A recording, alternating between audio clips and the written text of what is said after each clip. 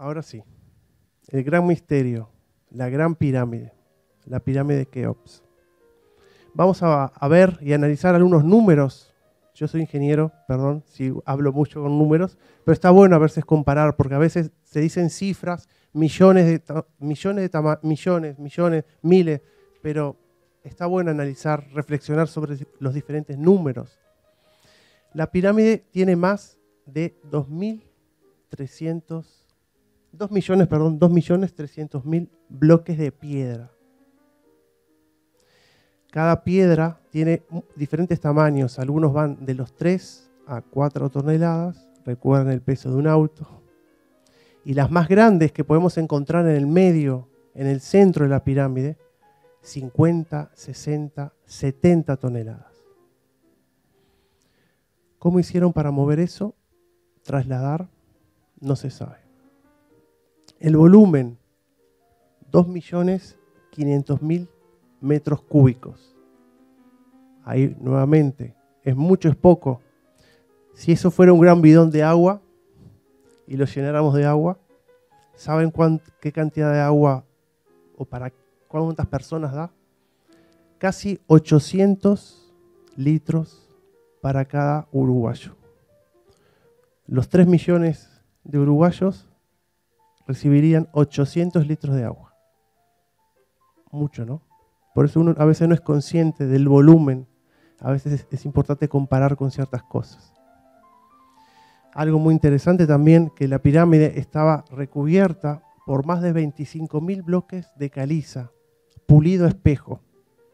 Esto también lo vamos a ver en otras partes de la pirámide y en otros templos en Egipto. Pulido a espejo, ¿qué significa eso?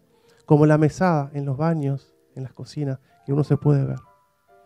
Lamentablemente, a medida que fue pasando el tiempo, todos esos bloques se fueron cayendo, fueron robados, se utilizaron para construir otros templos dentro de Egipto, incluso en Egipto, en el Cairo, perdón. Algunos temas en relación a la pirámide que les traigo para reflexionar. El primero, más importante, nunca se encontró hasta ahora ningún instrumento, ninguna herramienta que fue utilizada para la pirámide, ni adentro ni afuera. Nunca. Como hablamos recién, algunos bloques fueron trasladados desde las canteras que están a más de 600 kilómetros. Recuerden que Egipto es desierto. Hay algunas teorías que indican que se podía haber trasladado por el Nilo en barcos, pero ¿qué barco, qué tamaño tiene que tener ese barco para trasladar una piedra de 70 toneladas?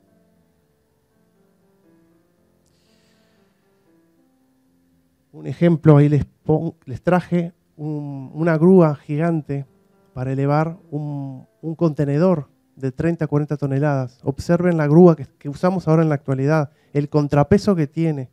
Esas cadenas de acero, las lingas, las cuerdas que son necesarias para elevar y colocar un contenedor.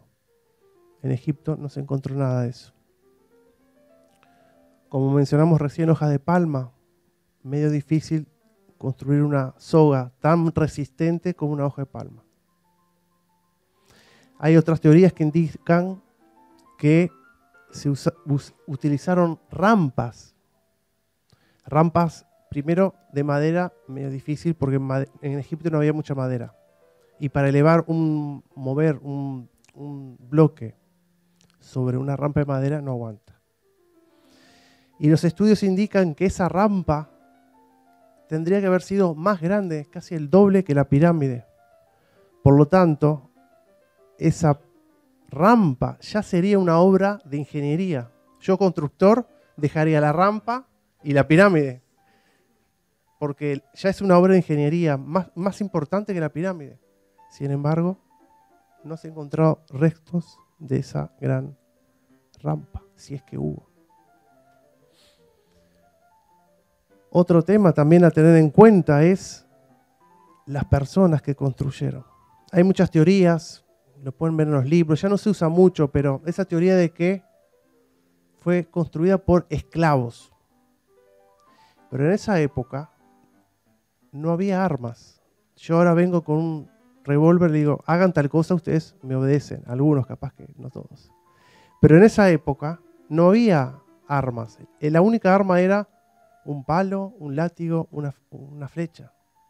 Por lo tanto, si pensamos, para cada persona que queremos dominar, tendría que haber otra persona igual.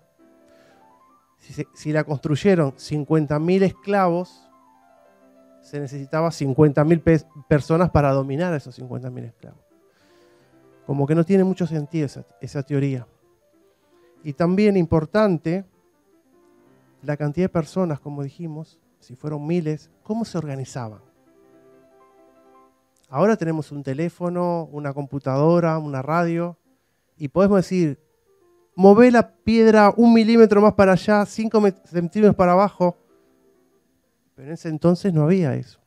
Imaginen miles y miles de obreros, constructores, hablando, gritando, cómo se organizaba, cómo planificaban el trabajo, cómo lo diseñaban y cómo se organizaban entre ellos.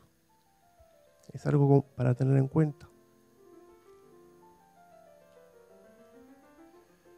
Más números. Soy ingeniero, perdón, ya lo dije. Pero está bueno comparar esos números. La pirámide tenía en su base, tiene 230 metros cada lado. Ahí les traje, un ejemplo. Acá está la escuela. Acá está la escuela. Casi 4 manzanas la base. Uno no es consciente de eso. Nosotros que tuvimos la oportunidad de viajar a Egipto junto con otros compañeros y vemos esa pirámide y no nos damos cuenta del tamaño. No hay nada con qué comparar alrededor. Hay una persona, capaz que lo comparamos con un camello, pero no hay nada alrededor. Pero los invito ahora a la salida que recorran las 4 manzanas para que tengan un poco de conciencia del tamaño de esa base.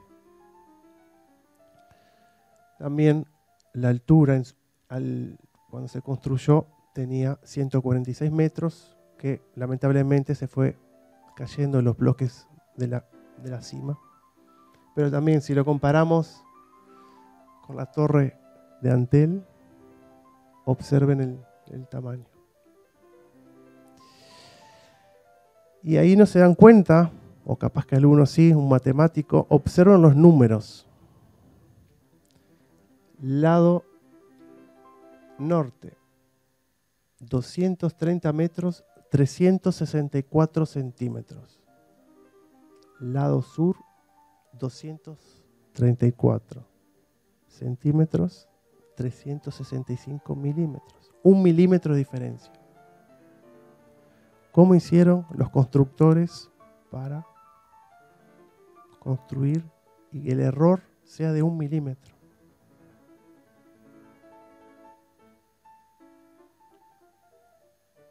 Comparaciones. Palacio Legislativo. Algo para tener en cuenta. La cuadratura de la pirámide, como dijimos, pocos milímetros de error. El Palacio Legislativo, que es más chico, tiene en su cuadratura más de 30 centímetros de error. La pirámide, solo algunos milímetros. ¿Cómo lo hicieron? No sabemos. Y para comparar cómo sería la pirámide si la pusiéramos arriba del Palacio Legislativo, para que tengan noción del tamaño, es esto. Más del doble, casi el triple, ocupa las aceras alrededor. Pero para tener conciencia un poco del tamaño que tiene. Como comentamos hoy, estaba recubierto de caliza, pulido a espejo, y es como si fuera un faro de día. Se podía ver desde cientos y cientos de kilómetros. Qué maravilla, ¿no? Haber estado ahí, caminando por el desierto, sedientos, y de repente ve esto, y bueno, lo motivaría a la gente a seguir caminando hacia la pirámide. como comentamos, toda la construcción de la pirámide, en sus ángulos, en todos lados, es precisión milimétrica. Incluso la orientación. La cara norte está orientada al punto cardinal norte con un error de precisión de 0 grado, 5 minutos, 31 segundos. Casi no se ve. O sea, increíble. Pero lo más increíble también es que la pirámide hermana, la de Kefren, tiene el mismo error de orientación. El mismo. Hay algunas teorías que dicen que los egipcios se equivocaron, qué casualidad, las dos pirámides con el mismo error, o utilizaban el mismo instrumento que tenía un error y por lo tanto el instrumento está fallando, bueno, construyó dos pirámides rotas, digo, con error de orientación. Hay otras teorías que indican que cuando se construyeron, el norte estaba capaz orientado hacia otro lado y por eso la diferencia. O también que estaban bien construidas, bien orientadas hacia el norte, pero hubo algún terremoto, algún deslizamiento de tierra y las pirámides se corrieron. O casualidad que las dos pirámides se movieron de la misma forma. Ahí les traje,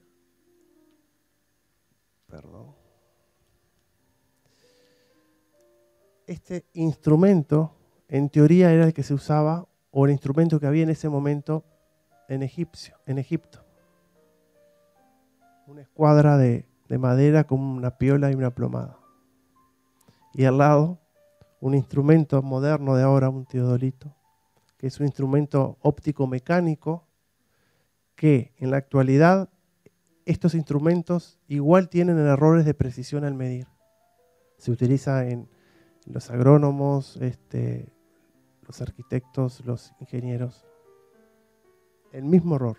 O sea, este instrumento tiene el mismo error que en teoría este. Hay algo que está faltando. Un puzzle, una pieza del puzzle que no estamos entendiendo. O no encontramos.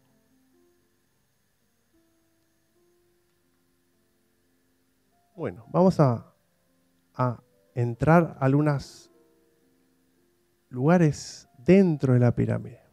Ya estuvimos hablando de cosas de afuera, vamos a ver de adentro. La cámara del rey. La cámara del rey está ubicada a más de 100 metros del nivel del suelo.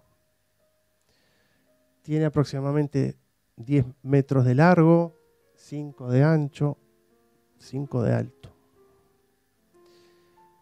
Pueden observar, enigma tecnológico, cómo apretar los botones.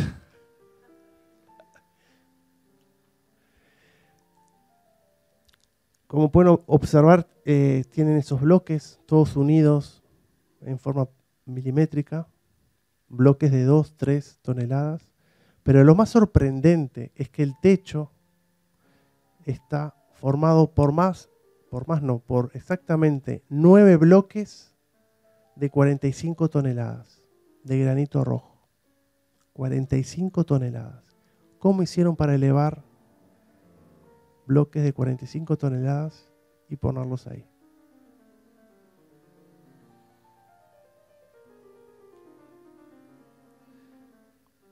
Algo que podemos encontrar en la pirámide son las cámaras de descarga que están arriba de la cámara del rey.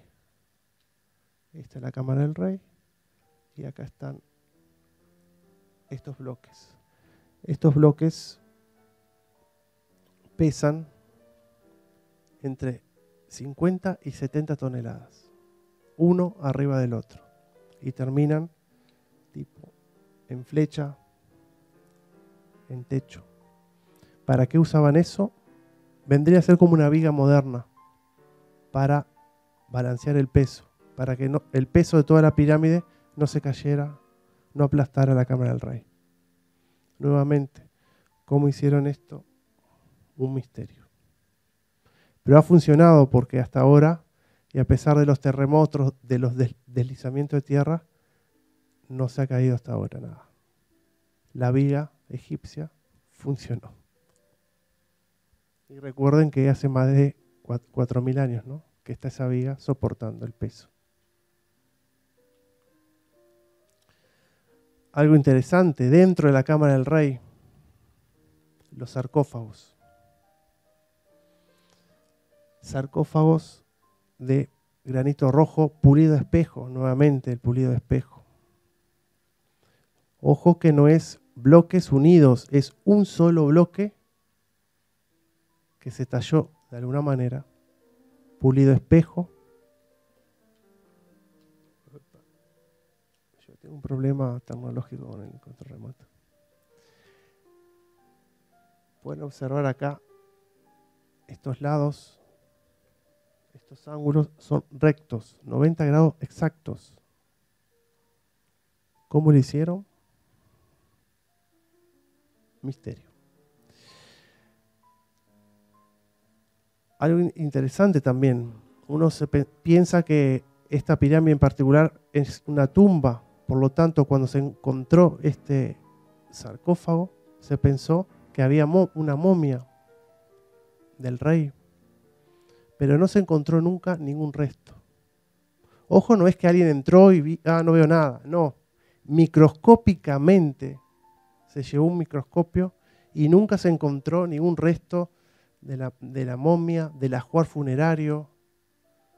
Tampoco se encontró restos de hollín o de velas. ¿Cómo iluminaban ese lugar?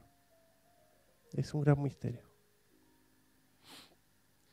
Lo único que se encontró, no en esta cámara del rey, sino en otra cámara, una pequeña inscripción allá arriba que nadie lo veía, que decía Kefu o Keops. Por lo tanto, se llegó a la conclusión que era del faraón Keops.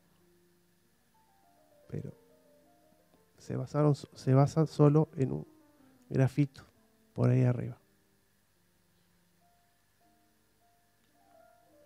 Hay una foto. No sé quién me la sacó cuando fui. No me acuerdo si yo estaba tratando de mover los bloques o estaba mirando microscópicamente a ver si encontraba algo. No sé. Pero bueno, está bueno. Otra construcción que podemos ver dentro de la pirámide se llama la Gran Galería. La Gran Galería que está previo a la Cámara del Rey. 48 metros de largo, 8 de alto. Pueden observar los bloques. Parecen un ladrillito, pero son bloques de 2, 3, 4 toneladas, 1 metro de largo. Y algo interesante también, que lo podemos ver acá y en otras partes de la pirámide, es que estos bloques están unidos por un tipo de argamasa, tipo yeso, un pegamento, imagínense. Pero esta argamasa, este yeso, tiene un tiempo de fraguado, o sea, un tiempo de secado de 2, 3, 4 minutos nada más. ¿Qué quiere decir? Que los egipcios encontraron una forma de poner un bloque, poner esa argamasa y en 2 o 3 minutos poner otro bloque orientado y con una precisión milimétrica. ¿Imaginan lo que es eso? Y no es un ladrillito, es un bloque de varias toneladas, incluso 30, 40 toneladas.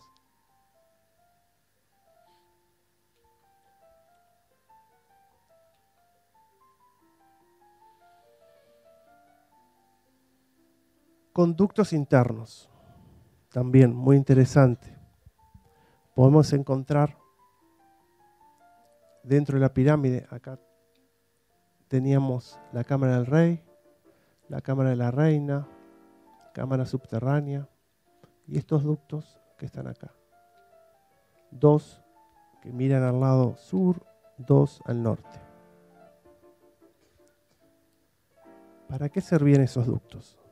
Algunas teorías indican que son de ventilación para que entre aire.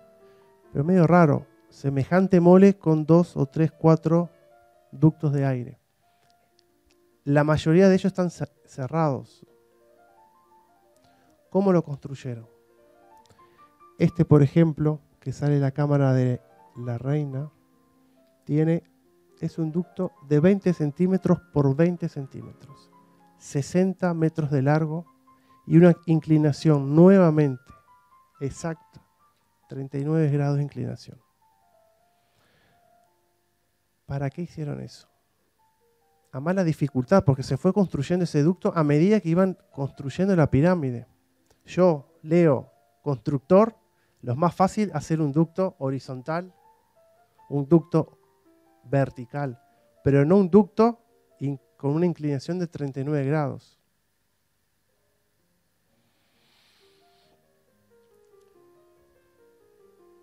Hace algunos años, no sé si recordarán, en el 2002, la National Geographic, junto con otros investigadores, se propusieron investigar qué había en esa cámara, en ese ducto, perdón.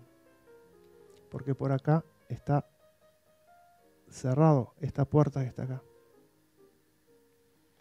Y construyeron un robot con ruedas y lo colocaron en ese ducto. Tenía una cámara, tenía un pequeño taladro. Y ahí empezaron. Fue en el 2002.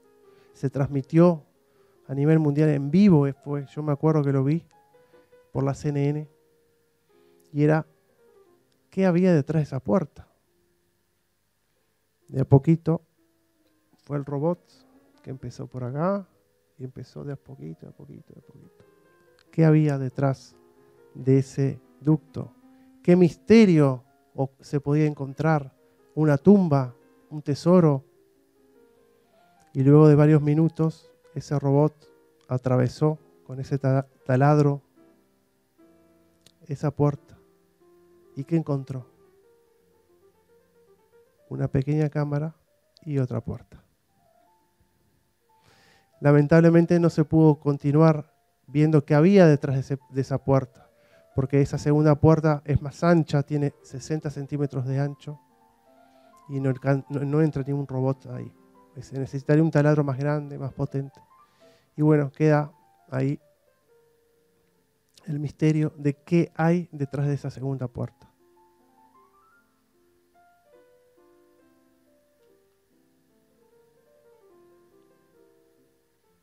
Algo para tener en cuenta, que como vimos, esta pirámide en teoría no es una tumba. Posiblemente sea un templo. ¿Y qué son los templos? Por lo general podemos encontrar en Egipto o en otras culturas como los aztecas, templos. Esos templos que están relacionados con el cielo, con las estrellas. Podemos encontrar, por ejemplo, en otro templo que está en Egipto, en Abu Simbel, en que está construido de tal forma que solamente en los equinoccios entra el sol e ilumina al final 3 estatuas de los dioses de Egipto. Solo en los equinoccios. Hay otro templo en América también, con una escalera, y solo en los equinoccios el sol ilumina esa escalera de tal forma que la sombra parece o genera una ilusión como si fuera una serpiente bajando por esa escalera. Hay otros templos que están orientados a las estrellas. La pirámide, como les dije, está orientada hacia los puntos cardinales. Pero esa conexión que tiene esos templos con el cosmos. Y en particular, la pirámide de Keops, se realizaron algunos estudios que decía que cada ducto desde cada ducto se puede ver una estrella.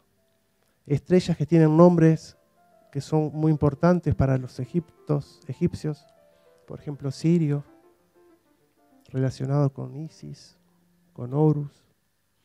Entonces, por un ducto se ve una estrella, por otro ducto se ve otra estrella, y así con esta estrella en la Osa Mayor y otra estrella en la Osa Menor. Pero eso no pasa siempre. Hay momentos que solo se ve una estrella por un ducto, por el otro ducto otro día, en otro momento.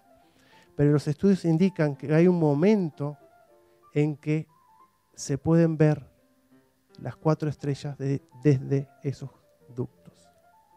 Y eso pasa cada 25.775 años aproximadamente. Ustedes dirán que 25.000, 30, no sé, pero mini clase de astronomía, muy chiquito. La Tierra tiene diferentes movimientos.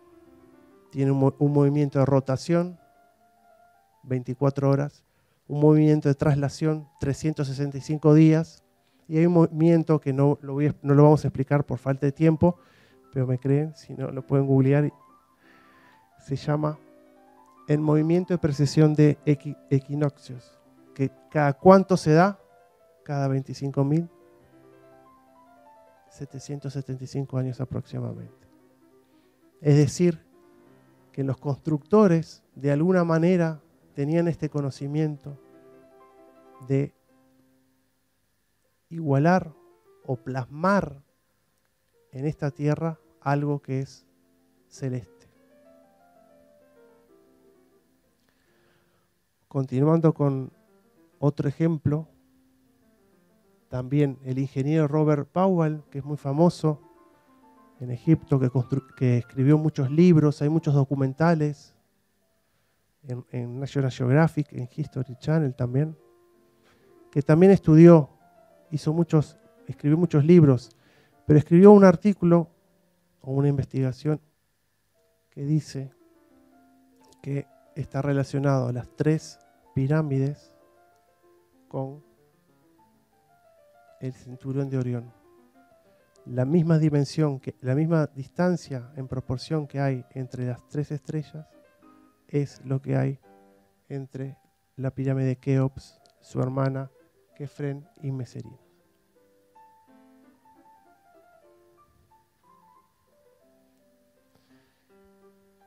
Y antes de continuar, me gustaría reflexionar un poco sobre esto. ¿Quiénes fueron los egipcios? No importa tanto cómo construyeron estas pirámides, si usaron una técnica, una herramienta, que es importante, sí. Pero lo importante es ¿para qué? ¿Para qué tuvieron que construir una pirámide? ¿Por qué querían que sea perfecta? ¿Por qué la orientaron al norte? ¿Por qué la orientaron a las estrellas? ¿Cuál es el sentido? ¿Qué conocimientos tenían? ¿Qué nos querían regalar? ¿Qué podemos aprender de eso? Son preguntas que estaría bueno que pensemos un poco. Y ahora, para continuar con el próximo gran misterio, le voy a dar la palabra a Rubens, que va a hablar de un misterio muy interesante. Por lo menos a mí el nombre cuando me lo dijo dije, wow, el misterio del núcleo 7. Gracias.